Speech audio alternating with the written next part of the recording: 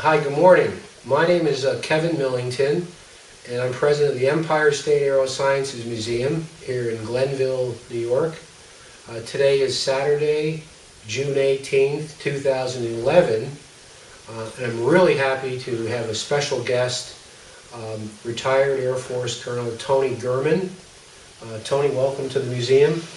Thank you. And for being our guest. Great. Tony is here as part of a day at the museum. It's our Vietnam commemoration. We're highlighting the 12 aircraft we have in our air park that were in the Vietnam War, and especially the plane that Tony flew, the F-105, which was recently completed by our restoration volunteers, and Tony's here to talk about his experiences flying the F-105. How did you get involved in aviation?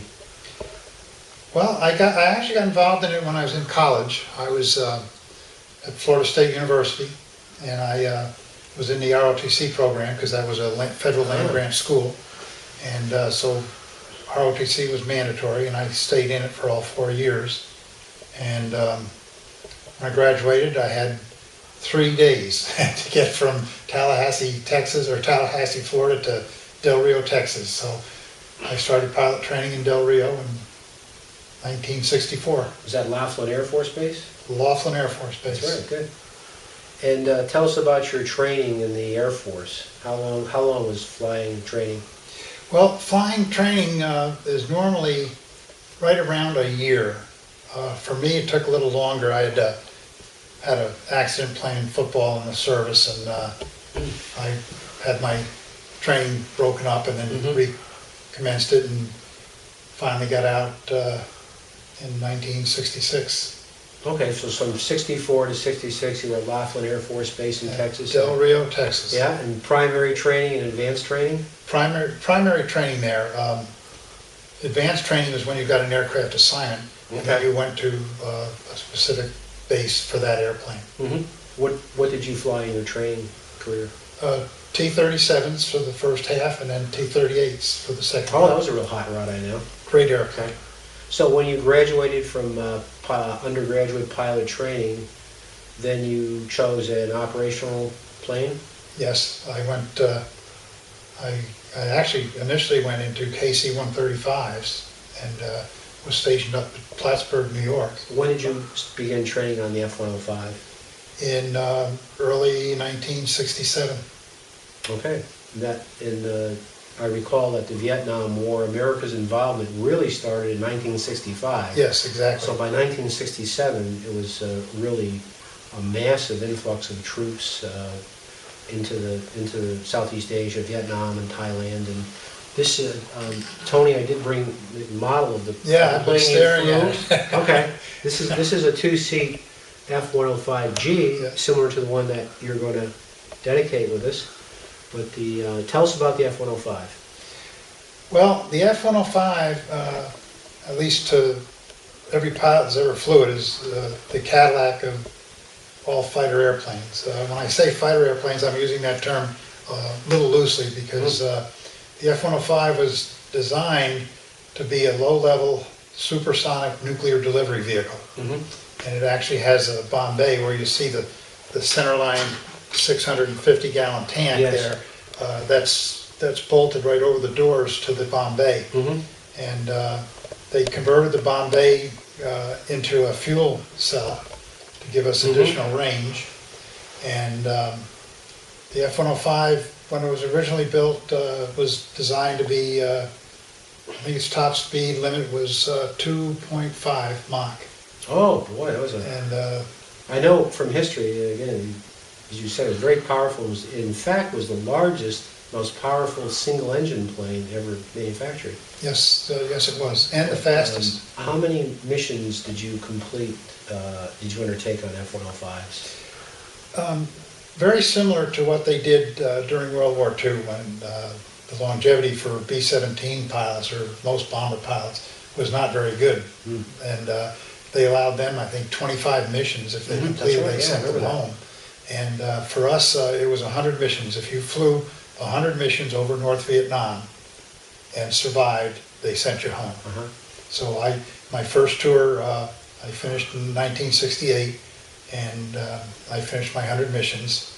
and I got sent home back to Air Training Command. Okay. I remember, Tony, from history, I was a teenager then. In 1967, just from history and, recalling that the missions you flew were some of the deadliest, flying into the heaviest anti-aircraft fire.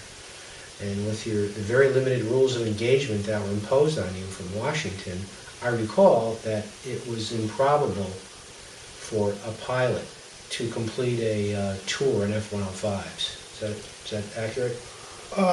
Well, like I said earlier, when I first went over, it was only 1 out of 4 pilots that were completing 100 missions. Now, that doesn't mean they were all killed. Some of them were POWs, and they also had a ruling at that time, if you got shot down and you ejected out into enemy territory, that you automatically got sent home. Oh, okay. So, I mean, not everybody died, but we did lose a lot of F-105s. Oh, sure.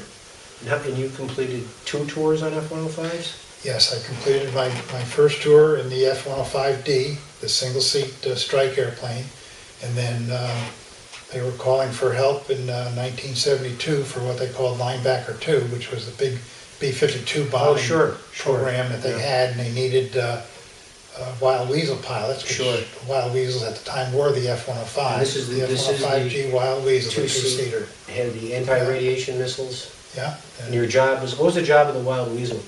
The job of the Wild Weasel, our motto was first in, last out. We would go in with our anti-radiation missiles. I see you've got a Standard Arm on here and a Shrike. Mm-hmm. The Standard Arm was a big advantage, but that was the AGM-78? The AGM-78. The mission was to go in That would be this one right here. before the attack airplanes come, or the bombers, and we would go in and we would try to get the SAM radar, surface-to-air missile radar systems, to come up online with their radars.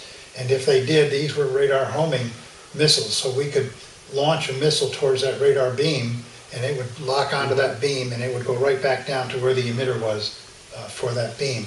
The Shrike was a much shorter range.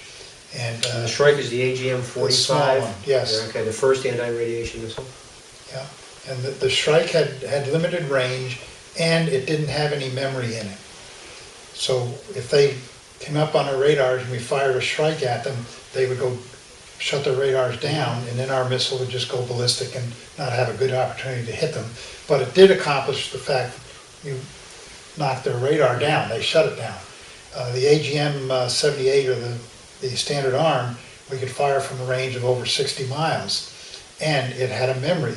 So once it fired and caught a radar emitter, it would put that into its memory, and even though they shut down, it would still go down to the missile site. And we had another little thing we used to do, was when we'd get a launch signal, we'd get it on our raw gear and would look out, and you could see, because a SAM missile is about the size of a telephone pole. These are the S-8, Soviet-built SA-2 surface-to-air missile? Yes, okay. Yeah.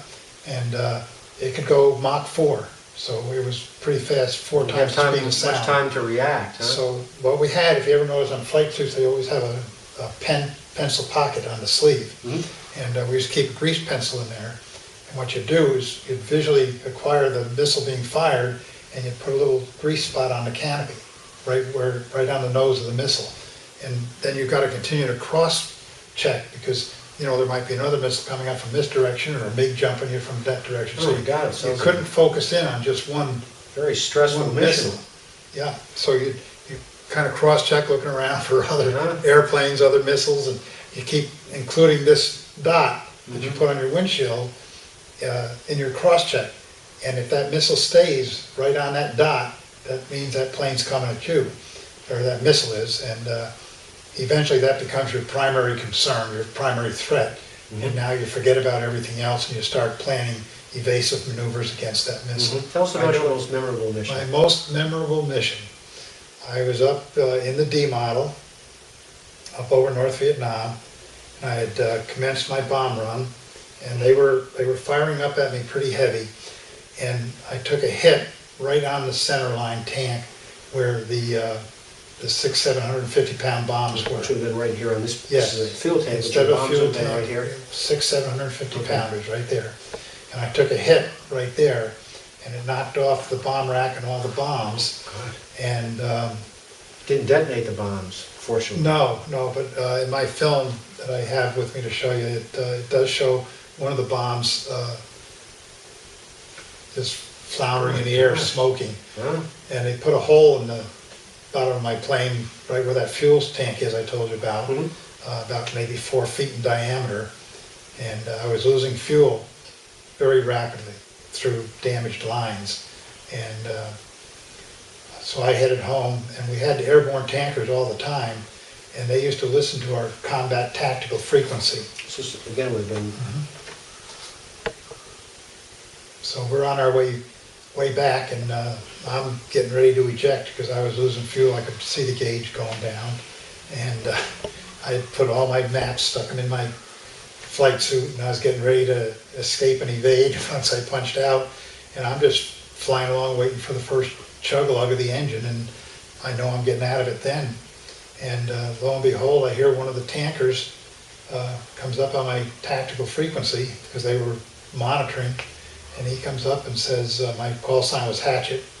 He comes up and he says, Hatchet, this is Purple Anchor, which anchor he was in orbiting.